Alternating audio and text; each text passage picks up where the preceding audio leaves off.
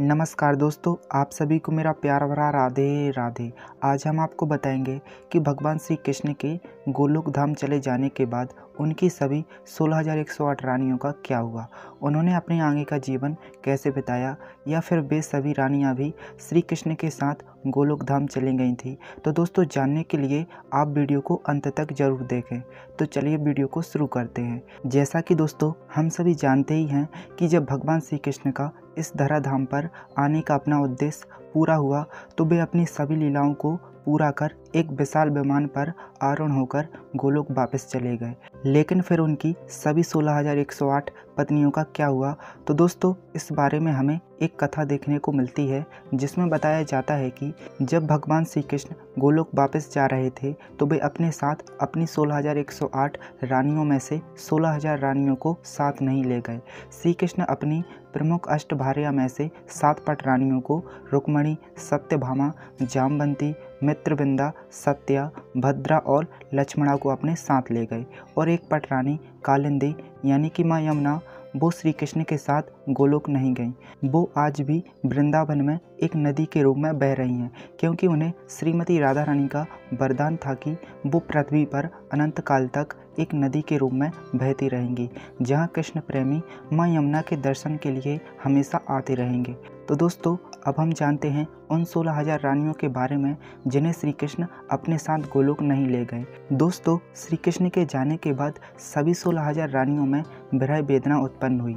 अब वे सभी सोचने लगीं, हम अब जाएं तो जाएं कहाँ। श्री कृष्ण तो चले गए, लेकिन हम अपने हृदय की ज्वाला को शांत कैसे करें, किसके पास जाके इस ज्वाला को शांत करें। तो किसी संत ने कह दिया, हे कृष्ण प्रियाओ, तुमको अगर अपनी कृष्ण विरह को शांत करना है तो ब्रज में यानी कि वृंदावन में चली जाओ, वहाँ कोई ना कोई उपाय आप सभी को मिल ही जाएगा। सुना है कि वृंदावन में श्री कृष्ण की खूब कृपा रहती है। तो सभी 16,000 रानियों ने वृंदावन के लिए चल दिया। अब सभी रानियां वृंदावन में आईं, क्योंकि उन्हें अपनी विरह को शांत करना था।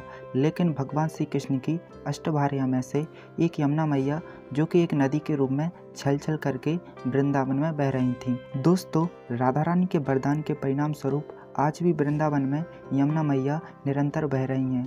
तो सभी रानियों की नज़र यमुना मैया पर पड़ती है। सभी 16,000 रानियों ने यमुना जी से पूछा, अरे बहन, स्वामी तो वो तेरे भी थे। श्री कृष्ण के चले जाने के बाद हम सभी दुख में, उनके वियोग में कितने तड़प रहे हैं।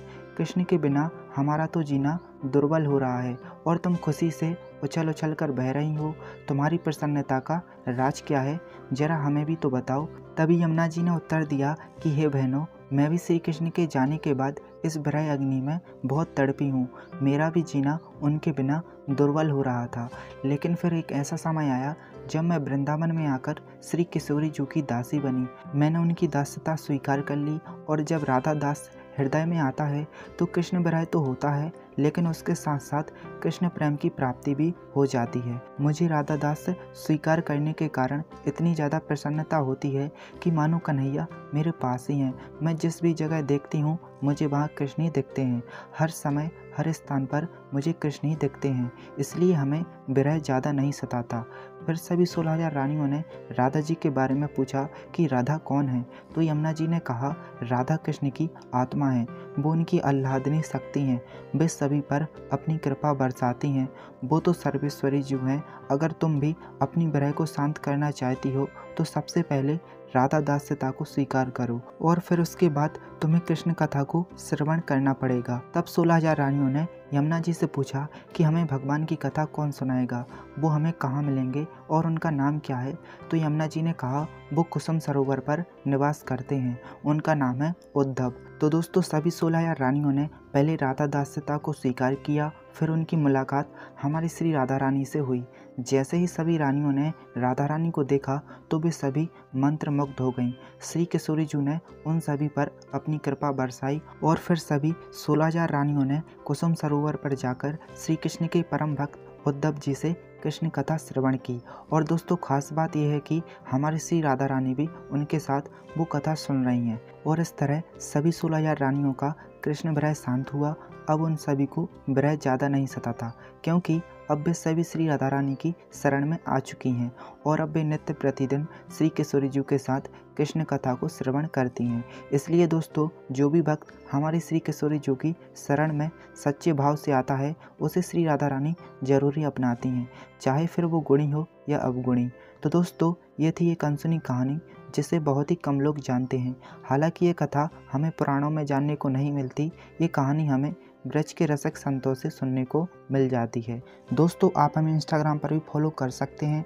वहाँ आपको देखने को मिलेंगे श्री राधा कृष्ण के बेहद सुंदर सुंदर कोट्स और आप हमसे वहाँ राधा कृष्ण के जीवन से जुड़े जो भी छोटे छोटे तथ्य हैं आसानी से पूछ सकते हैं। मैंने अपनी इंस्टाग्राम ID का लिंक नीचे डिस्क्रिप्शन में दे दिया है, तो आप हमें ज़रूर फॉलो करें। दोस्तों, आपको ये वीडियो कैसी लगी हमें कमेंट करके अपनी राय ज़रूर दें। अगर वीडियो आपको अच्छी लगी तो वीडियो को जल्दी से लाइक, शेयर और हमारे चैनल को सब्सक्राइब करके नोटिफिकेशन बेल को प्रेस जरूर कर लें, ताकि आपको हमारी सारी वीडियोस की नोटिफिकेशन आगे भी मिलती रहे। तो चलिए दोस्तों, मैं मिलता हूँ आपको अगले वीडियो में।